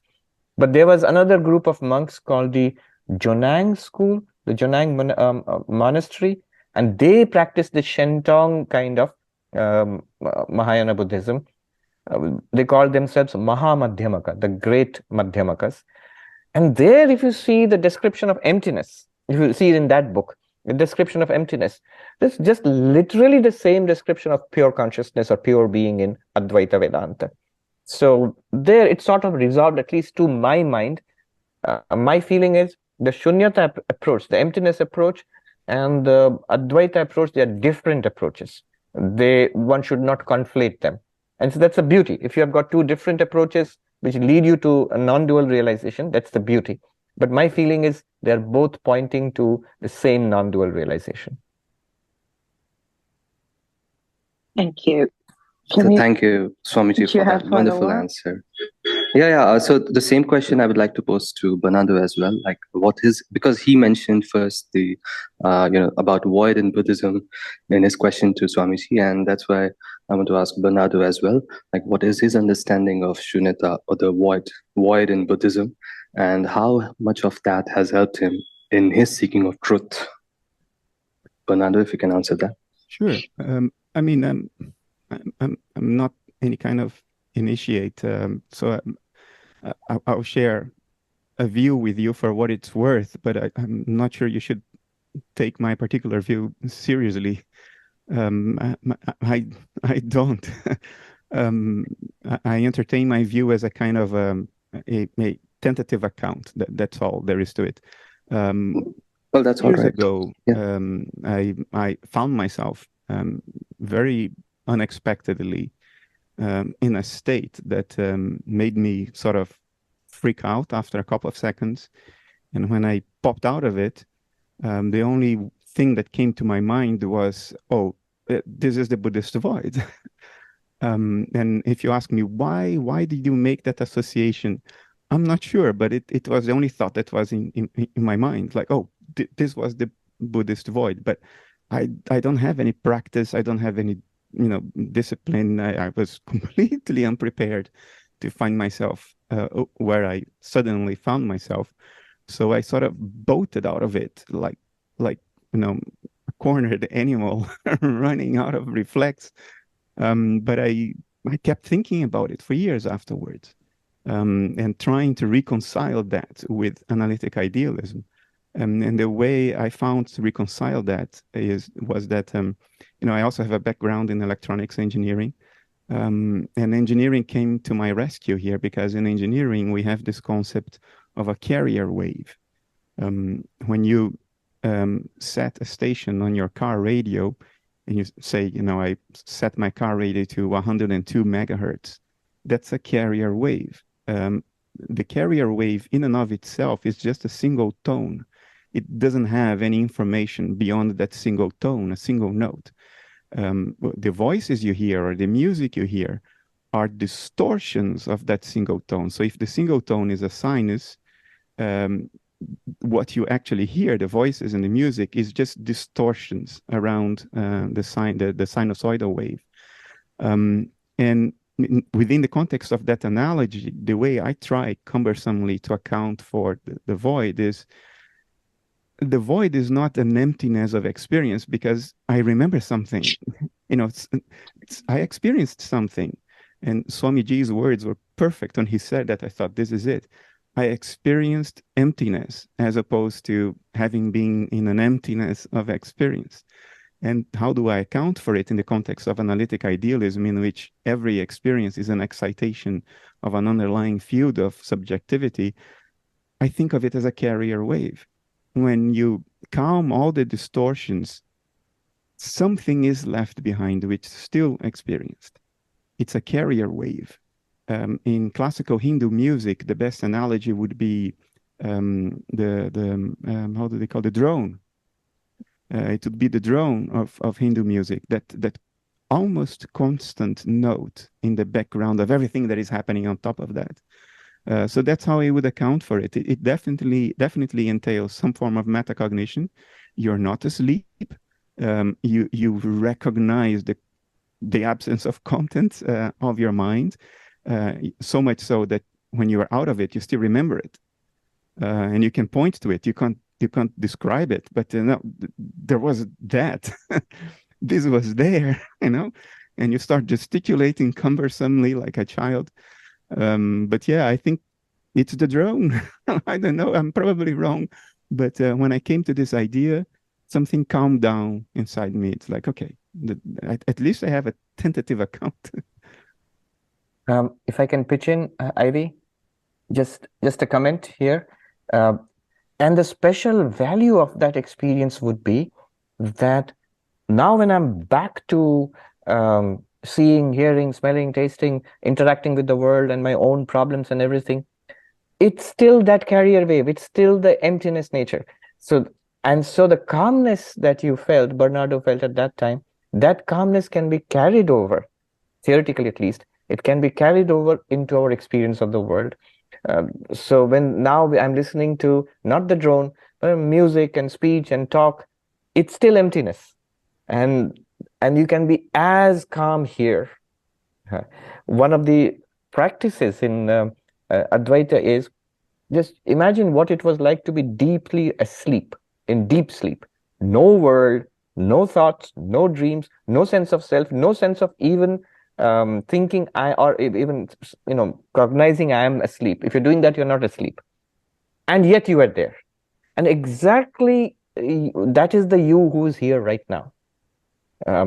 And this entire world, and this is a stunning claim, this entire world of experience, what we are seeing now, was all there at that time. And there's nothing here which was not there in deep sleep. So you can carry over the absolute calm and peace and serenity of deep sleep into the waking hours. So, Swamiji, would you say Bernardo experienced samadhi, the window of samadhi? Is that what it is? I have no doubt that will be a little samadhi. If you can prolong it, that would be the definition of samadhi, because they remain there for a long time. But definitely that's a glimpse, and technically that would be a samadhi too. I have no idea how to get back there. None whatsoever. I wouldn't know how to even begin. Advaita would say that's not important. You don't have to chase the experiences. Rather, take the wisdom of that experience, what it showed you, and know that that's exactly here right now. And so we can calm down and relax and live our lives with that peace and that really ultimately deep peace and serenity. At every moment, it's available to us if we choose. By the way, I would like to extend my thanks to Swamiji for such a wonderful and detailed, description of Shunyata. I've been hearing across, and I've been reading across, on different platforms, on different books. And thanks, Swamiji, for such a detailed, knowledge about Shunyata that you have. And also, thanks, Bernardo, for such a profound experience that you shared. Thank you very much. Thank you, sir. Thank you, Ari. My question, I have one question each for both Swamiji and Bernardo. So, Bernardo, my question would be for you is now. Just correct me if I'm wrong. Now, the problem with consciousness is this: like entire philosophy of idealism is fundamentally based that consciousness is not an emergent property of matter.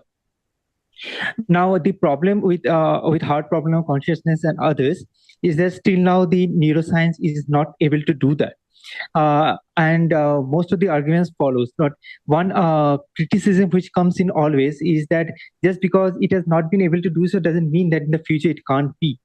And so the argument should be why, if it is being proposed that consciousness is not an emergent property, then why it can't be emergent? Why it can't be an emergent property?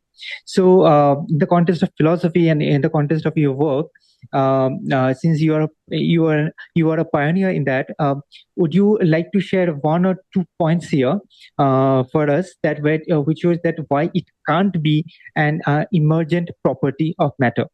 This was the question for you, Bernardo. And for Swamiji, I have one question. Now, we were all discussing here consciousness. Now, whatever little bit of understanding I have from the Indian school of thought, so I think so, since consciousness is one important thing, but I think so since you are an Advaita and you are obviously going to defend Advaita and the Vedanta per se. But I think so one more problem, I think so in that worldview would be, please correct me if I'm wrong, would be the problem of memory or the smriti. Now, again, in the context of materialism, till now it is not yet not hard. There's not enough hard evidence, but I think so. The memories, but lots of work has happened, which is being directed towards this hypothesis that memory can be reduced back to the mind, and but that would contradict the Vedanta and the Indian school of thought in the context that since mind is not a matter and it is Shukshma, and the Smriti is also Shukshma. So now, let's say in the future, if it ends up like some hard evidence is being gathered in neuroscience that memory can be reduced, so what will be and work around for it? And I'm quite sure you're already aware of it. And I think the error underlying the question is a misallocation of the burden of truth. And let me try to illustrate this with a facetious example. Suppose I believe in the flying spaghetti monster. I think the flying spaghetti monster lives in a higher dimension that we can't see, but it is the thing that is moving the planets around the sun with its noodly appendages. And the evidence seems to be in favor of my hypothesis because the planets do move around the sun and we don't see any visible mechanism through contact pushing the planets around the sun. So I believe in the flying spaghetti monster. Now, can you or anyone prove that the flying spaghetti monster does not exist? No, nobody can disprove it.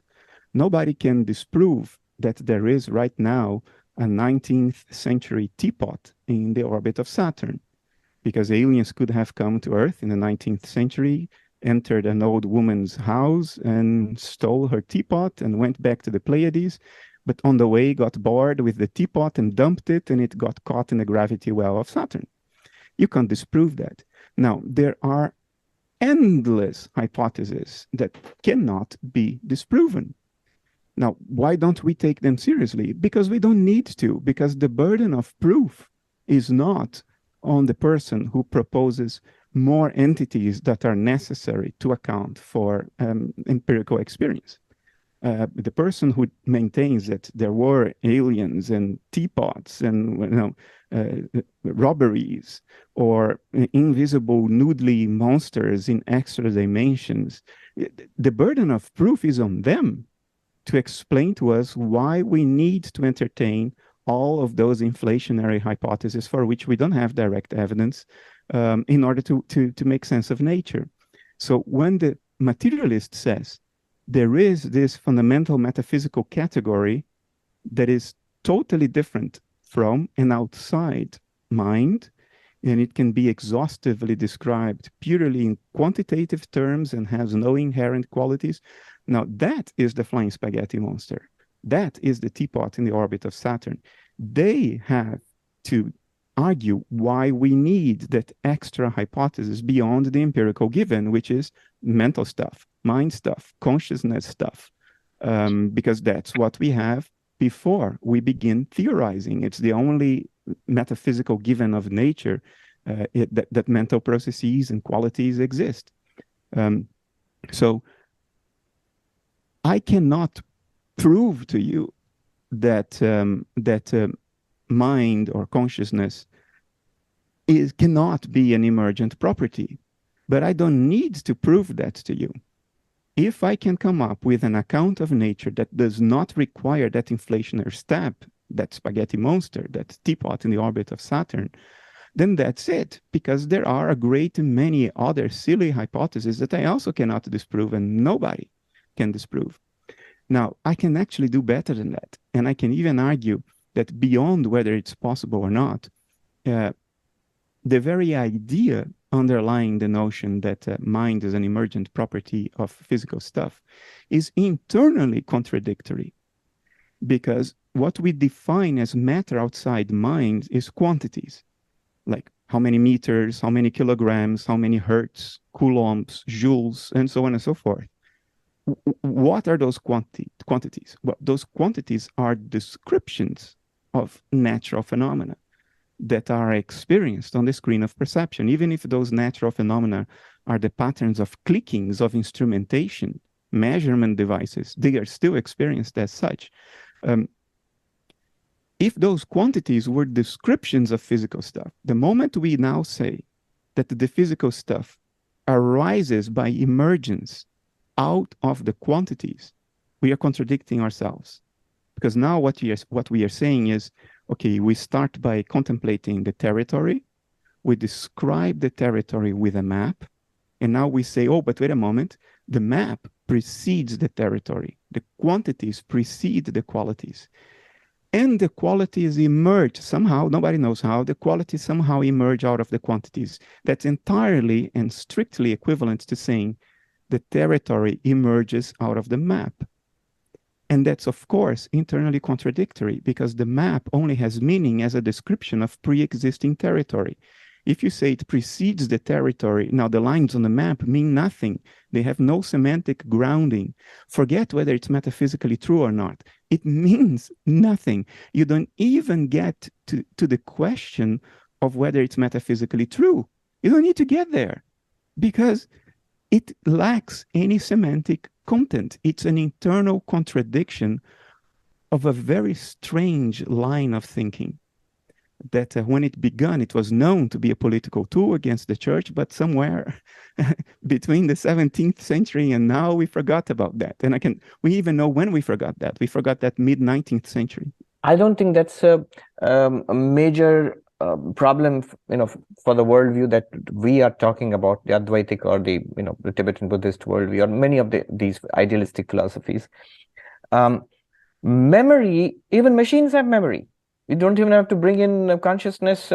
Your calculator has memory. Your computer, your mobile phone has memory, and it strikes me as something very interesting that the new technology of robotics and AI and the internet, they are now very quickly replicating many activities of the human mind, which we thought were only possible for intelligent beings.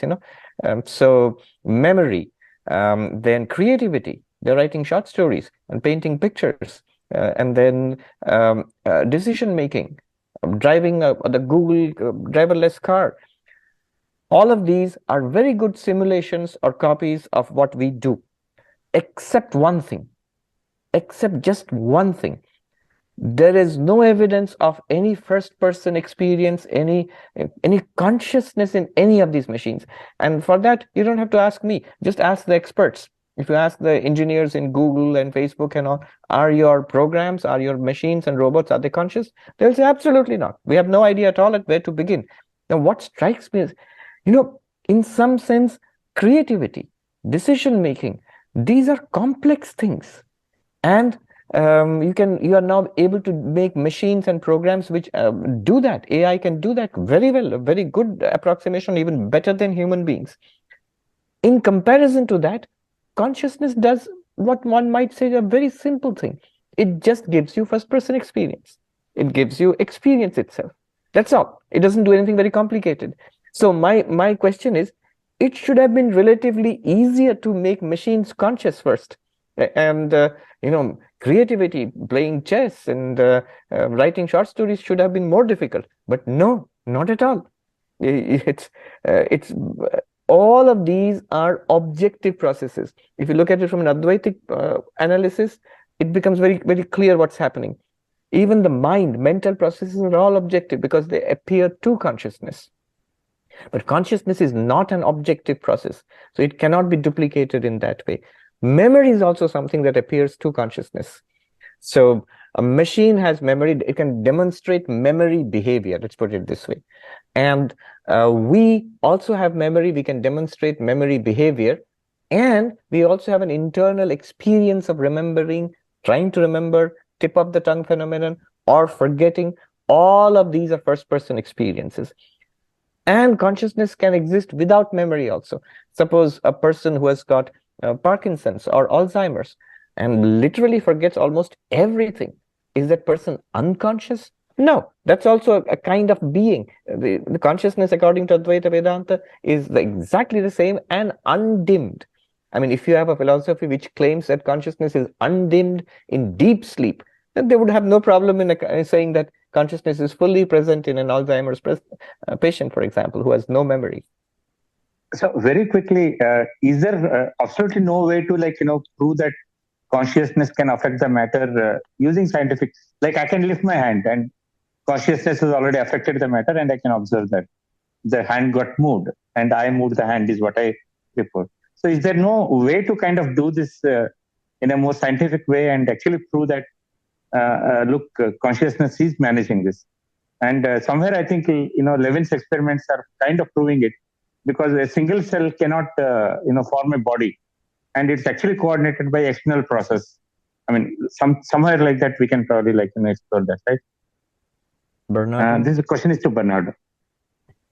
You have to, I think the invitation I would make to you is to think about it in different terms. You're thinking in causal terms. How does your mind cause your arm to move? I invite you to think of it in terms of representational terms. Your arm moving is what a mental process looks like. It is how a mental process appears to observation from the outside, technically across the dissociative boundary.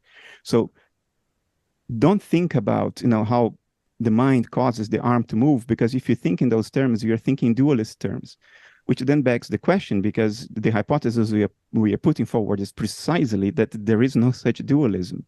So if you want to be consistent with the hypothesis, think of the movement of your arm as the appearance of a voluntary mental process.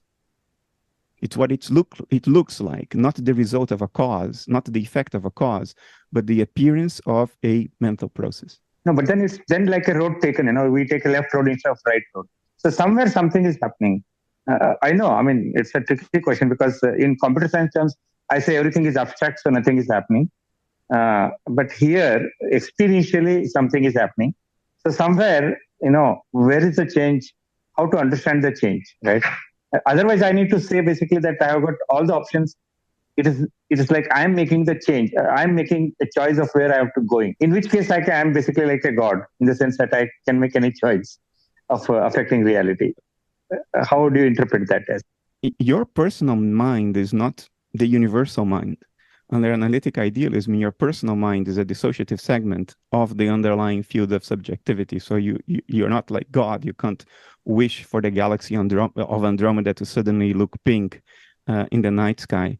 The causation, if we make a concession to language and we speak about events unfolding in time, within the framework of that concession, causation is a valid idea. What I am denying is causation across different metaphysical domains, from minds to matter. That's what I'm denying, because I deny that matter is a separate metaphysical domain from mind. So you have to look at what we colloquially call physical effects of mental processes. The best way to interpret them is to see the physical effects as what mental processes look like from a certain perspective.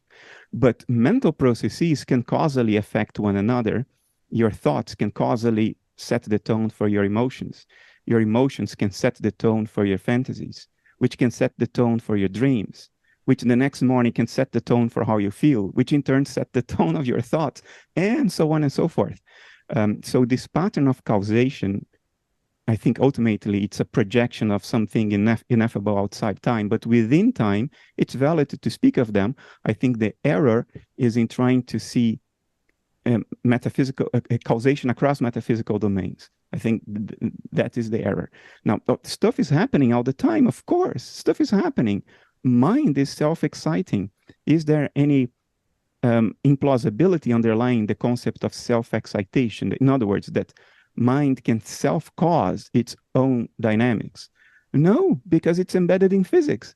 In physics, each quantum field, and there are 17 of them, and they are all spatially unbound, and they are the only things that truly exist according to the standard model of particle physics. Each of these 17 quantum fields self-excites. And that's all there is to it. They self-excite. That's why we speak of the quantum foam or spontaneous quantum fluctuations. It's the self-excitation of the field. So there is nothing incoherent or implausible to speak of the self-excitation of consciousness. If you think of it as also as a spatially unbound field, it self-excites, and therefore it self-causes. That's perfectly fine. Yes, greetings. I want to thank both Swamiji and Bernardo Kastrup for spending time with our group here. I don't have any particular questions. Just a big thank you for both of you to the concept of analytical idealism, which is an inquiry by itself, and for Swamiji for his wonderful collection of talks. So thank you. No questions. Thank you. Yeah, hi. Thanks, Ivy, and thanks, Swami, and thanks, Bernardo. Okay, I want to thank Bernardo first because I'm really grateful to all the talks that you have given that give me a lot of insights and really opened up my, like, as you always mention, like the head is the bouncer of the heart. So it really allowed me for the heart to open up and follow the path of my heart. But my question here is to Swami. Like I am really practicing. I am a practicing Christian, so I do pray every day. Like I try to pray morning and night 2 times, and I also practice meditation. So I practice 15 minutes of meditation morning and evening. So my question is like, at times I feel like these two are opposing each other. Like one is like a complete surrender, and the other, when I do meditate, it's like taking charge of the thing. So it feels like opposing each other, but it is both helping me in some ways. So I wanted to know how I can reconcile these two practices. So I'm sure you should have thought about this, so I thought of asking you this. So any help on this matter? Thanks. Yes, it's a good question. And no, they are not contradictory. They may seem to be philosophically contradictory, surrender and taking charge, but practically they are not contradictory. I feel the more we have control over our attention, that's what meditation does. Any form of meditation basically gives you some amount of control over your attention, like restores attention to you. The more capable you will be of practices like surrender to God. Surrender to God would be a higher practice than meditation. Taking charge is one thing. Beyond that lies surrender. The more capable we are of focusing, of being calm, and holding on to focus in the midst of disturbances, the more capable we'll be able of surrendering seriously. So I hope you both of you really enjoy the conversation, because I can tell Bernardo absolutely enjoying it. I did. And Swamiji, thank you. This talk is my birthday present. I organize it as a birthday present to meet you and Bernardo together. So okay, happy birthday, Ivy. Happy birthday. Such a good blessing. Happy birthday, Ivy. Yeah, I could thank both of you enough. Thank you. Yeah.